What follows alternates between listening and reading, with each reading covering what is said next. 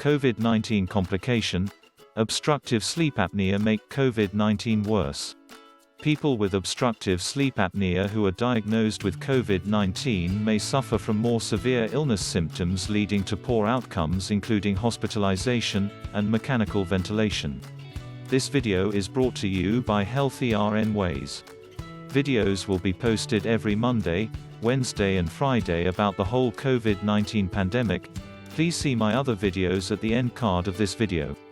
Those diagnosed with obstructive sleep apnea tend to be older, obese, and also have other comorbidities including diabetes and hypertension. These are the same conditions that are considered risk factors for poor outcomes in patients with COVID-19.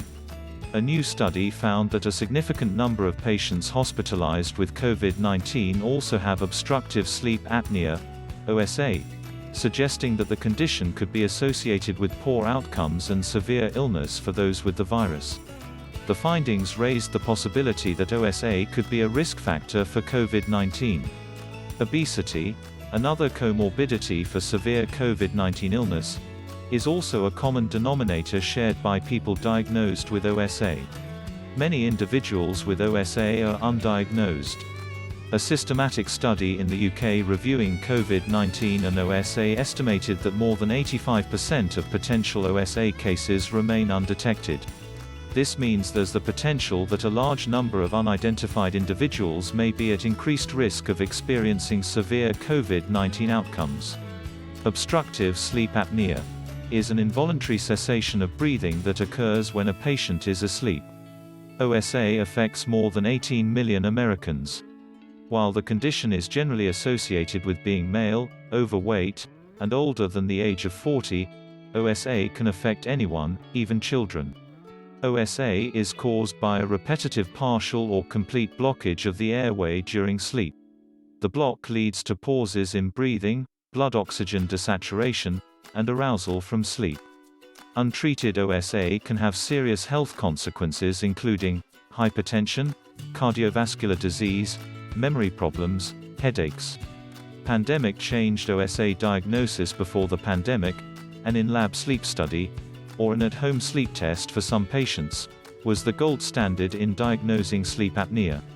With COVID-19 restrictions, an in-lab sleep study might not be an option.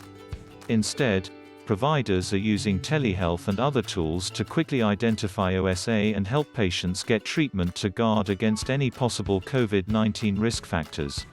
We are relying more on our clinical judgment to diagnose sleep apnea. We are using more algorithm tools to help diagnose our patients, and this can eventually lead to an improvement in testing. The pandemic might be accelerating this trend. Many technology companies have started to integrate health tracking apps into their devices. It's likely they'll continue to become mainstream for the general public and medical professionals alike. Continuous positive airway pressure, CPAP, a CPAP machine gently blows air into your airway to keep it open while you sleep. You wear a mask that either fits into your nostrils over your nose and/or mouth. A CPAP is often the first treatment healthcare providers will suggest and should be used every night for the best results. Oral appliances are dental devices that open the throat by bringing the jaw forward while you sleep. These devices are most effective for treating mild to moderate sleep apnea. If other treatment options are not right for you, you might be given surgical options. Sleep apnea surgery reduces the tissue in the back of your throat, pulls your tongue forward, and inserts a nerve stimulator to open your airway so you can breathe easier while sleeping. There are a number of lifestyle changes that can be made alongside other treatments. Lose weight. Losing just 10% of your body weight can improve your sleep apnea, and sometimes even cure it. 7. Avoid alcohol and sedatives. Your provider may recommend that you do not drink alcohol at least 4 hours before bed and avoid taking sedatives like sleeping pills. Quit smoking. Stopping smoking can improve your sleep apnea because cigarette smoke causes inflammation that narrows your airways. Don't sleep on your back. Sleeping on your back may make your sleep apnea worse. Use a pillow to support sleeping on your side. Obstructive sleep apnea, OSA, which can occur when the upper airway becomes blocked repeatedly during sleep, reducing or completely stopping airflow, is estimated to affect 22 million Americans. Despite airway interference, it is not currently listed by the CDC as an underlying medical condition that puts patients at an increased risk for severe illness if they contract COVID-19. The fact that heart disease and COPD are listed as high-risk medical conditions by the CDC and sleep apnea makes no sense given everything we know thus far. We do know 80% of people with sleep apnea are currently untreated and can go 10 to 15 years before even getting an accurate diagnosis. Unrecognized risk factor for COVID-19 complications. In January 2021, the results of a study confirmed OSA as an independent risk factor for severe COVID-19 hospitalization, found patients with sleep apnea had an increased rate of COVID-related death. Research highlights the importance of improved efforts to recognize sleep apnea in patients with COVID-19 infection.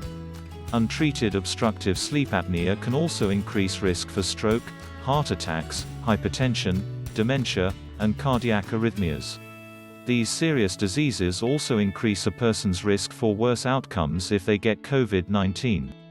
It's unclear why exactly OSA is a risk factor for worsening outcomes with COVID-19. But it is potentially due to the baseline level of inflammation people with OSA have in their bodies. Replacing your CPAP supplies. If you have COVID-19 sleep apnea patients who have already had COVID-19, consider replacing their CPAP tubing, filters, and/or mask given the lack of data regarding the possibility of reinfection.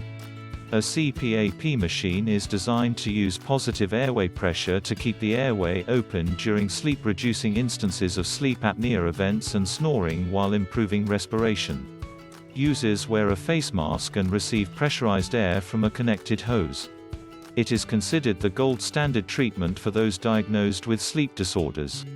Companies like Aeroflow Healthcare are in network with Medicare, Medicaid, and most private insurance providers and can work with both your primary and supplemental or secondary insurance to save you unnecessary out-of-pocket fees on CPAP supplies whenever possible. On their website, Aeroflow recommends the following. Every 6 months, replace headgear, chin straps, non-disposable filters, and humidifier water chambers. Every 3 months, replace masks and tubing. Every month, replace full face mask cushions. Every 2 weeks, replace cushions, pillows, and disposable filters.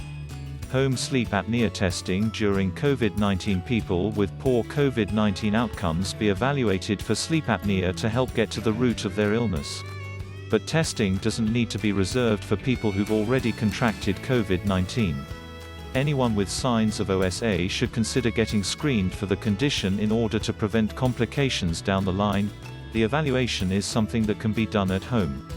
Before the pandemic, sleep studies typically occurred in a lab. However, many sleep centers are now dispensing home sleep apnea test (HSAT) units through mail delivery or using a curbside pickup and return. A HSAT will calculate the number of sleep apnea events, breathing pauses plus the number of periods of shallow breathing a person has per hour while sleeping. Mild, 5 to 14 apnea events in an hour. Moderate, 15 to 29 apnea events in an hour. Severe, 30 or more apnea events in an hour. The diagnosis of OSA, assessment of treatment efficacy, and treatment decisions not be based solely on automatically scored HSAT data, because the raw data must be reviewed and interpreted by a physician who is either board-certified in sleep medicine or overseen by a board-certified sleep medicine physician. Many sleep specialists are using telehealth to ensure proper setup of the HSAT, answer patient questions and concerns, and provide follow-up. The stereotype for sleep apnea patients has been the obese Caucasian man, but the condition does not discriminate. In a December 2020 commentary published, points out certain populations, including African Americans and Hispanics, are disproportionately affected with OSA. Women, even if they have classic symptoms like snoring and sleepiness, are often underdiagnosed and less likely to be referred for evaluation and treatment, despite evidence of health-related risks. Despite mounting evidence, Obstructive sleep apnea has yet to be listed by the CDC as an underlying medical condition that puts patients at an increased risk of COVID-related hospitalization and death.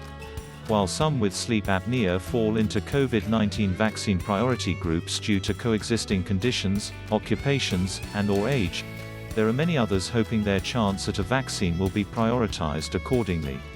Patient advocacy organizations and sleep medicine specialists worry most about those who have the condition and remain undiagnosed and/or properly treated. Many are women and minorities. If you or a family member has signs and symptoms of OSA, talk to your healthcare provider. Once diagnosed, OSA is treatable. Not only can treating OSA improve your health and sleep, it can potentially help prevent an increased likelihood of poor outcomes if you contract COVID-19. Please like, share and subscribe to my channel. Thank you for watching.